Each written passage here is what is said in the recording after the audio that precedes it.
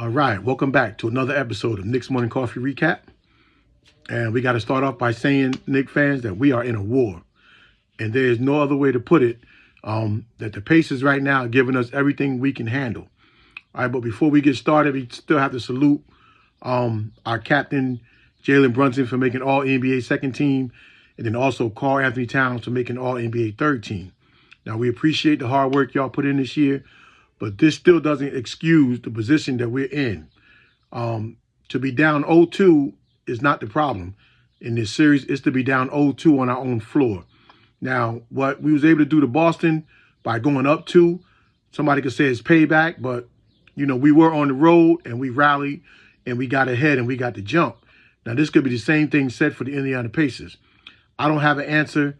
I've been trying to figure out what is going on because the Knicks are not playing bad basketball. We are missing, though, a whole lot of defensive assignments. And in those assignments, it's costing us.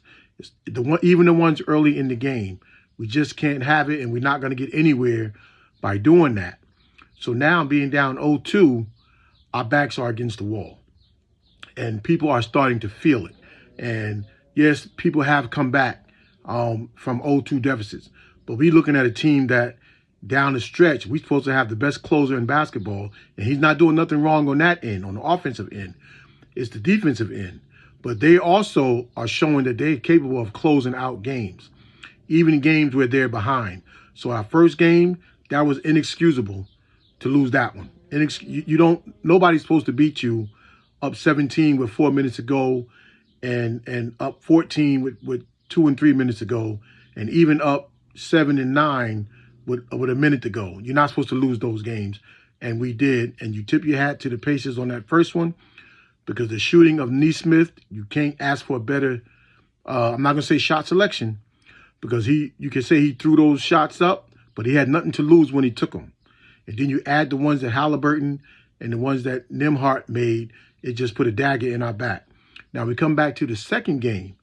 Also, again, inexcusable. You can almost kind of see how we lost that second one towards the end, but we're doing something wrong. We started that second game pushing up on their three-point shots, making it harder for them to get it off and not getting clean looks.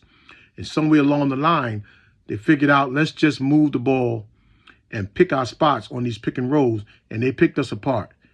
You know, they picked us apart like we was turkeys in a field, and that's how they got us. And we got to figure out a way how we're going to combat that for game 3. And make no mistake about it, if there ever was a must-win for the Knicks in this playoffs, this is it. This is the must-win game because we definitely cannot afford to go down 0-3 against the Indiana Pacers. We're not coming back from 0-3. I don't care what nobody say. And I love my Knicks. But the way the Pacers are playing, they are dictating the flow of the game, and they're not even giving us a chance to play it our way. Yes, through the course of the game, we're doing some great things out there, individually and as a team. But down the stretch, it's somehow, some way, we are missing defensive assignments. And I don't know if even our big man Mitch, who's having a phenomenal series, even he, you can see, is a little bit tired on those rotations down the stretch because he is playing a lot of minutes at one time. So he's a young man. He still should be able to do that. But you can tell that he's gassed. And a couple of them shots where he was coming down the lane, he didn't rotate over because probably there's nothing in the tank. And that's no fault of his. We out there grinding. But I don't know if it's Tibbs' adjustment that he has to make. We asked for him to play more guys. He's not really playing more guys. He's just giving some of our bench guards a little bit more minutes. That's what he's doing. So is that paying off for us? I think it is. We're just not coming away with the W. So I don't even know really to look for it going into game 3 other than more consistency. We're stopping them until they move the ball. Once we go help, they already know swing it. And that's how they're catching us. They're catching us in rotation. And we have to figure that out. There's no way to put the blame on Cat. Can't put the blame on Brunson. Even our other players. Everybody's stepping up, giving up their share on the offensive end. It's the defensive end. And if we don't figure them out on the defensive end, especially in crunch time where they're rotating and moving, then we're going to be in trouble. Now, the critics will say this series is over. I believe it's not. I believe we can go in here, and it's not even a steal at this point go in there and get game 3. One game at a time.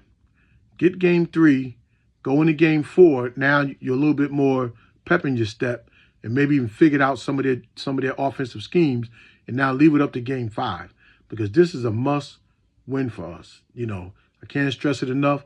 I was upset at last game, a little bit understanding, but if this was somebody else, you know, Boston or a high seed, people could look at you different. But we're going into a lower seed, playing a team that was a lower seed, that we are expected to beat. Wasn't supposed to be easy. Detroit wasn't supposed to be easy, but we took care of business. Boston surely wasn't supposed to be easy, but we took care of business. So we have to figure it out. You know, I like to think I know a lot about basketball. I don't know, because what they're doing, they have nothing to lose. If Indiana lose this series, even if the Knicks come back, nobody's going to blame them. But if we lose this series, it's going to be a long, long summer. Okay, this is not the Eastern Conference Finals against Boston or Cleveland. This is the Eastern Conference Finals against the Indiana Pacers, and nobody's going to give us a break. So those guys in their locker room got to find something deep within themselves and come in and pull out the win. I mean, if you think you have the solution, then you can let us know or let me know, because I don't know. I don't know what more the Knicks can do offensively other than be consistent. We're spending a lot of time dribbling when we got to be putting up shots. Granted, it's got to be good shots, but we're taking too much off the clock for them to come down. We're trading 2s for 3s, and you're never going to win that way. Now, eventually their 3s might run out, but as long as they're moving the ball, getting the shots that they want, they're in control of the series. And we got to find a way to snatch it back. And by getting these games in Indiana is the first way to get it back, and then let the last 3 go the way they got to go. But again, it's one game at a time at this point. We can't hang our head. We just have to look up, look at the positive side, that all the hard work and fight that it took to get here, that is going to help us prevail.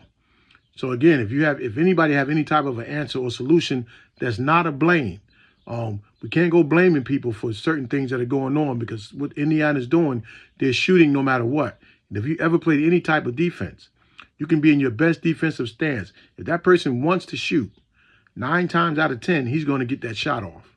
And it just happens to be going in for them. So we got to figure out something else. And all their guys are putting it up. So we got to figure out something else to keep Halliburton from celebrating at our expense. All right, it's 2 people I never wanted to lose to. That's Halliburton and Trae Young. And right now, Halliburton got the biggest smile you can have, but we're going to fight and we're going to find a way to stay in this series. All right? So until tonight's game, y'all, let's go Knicks.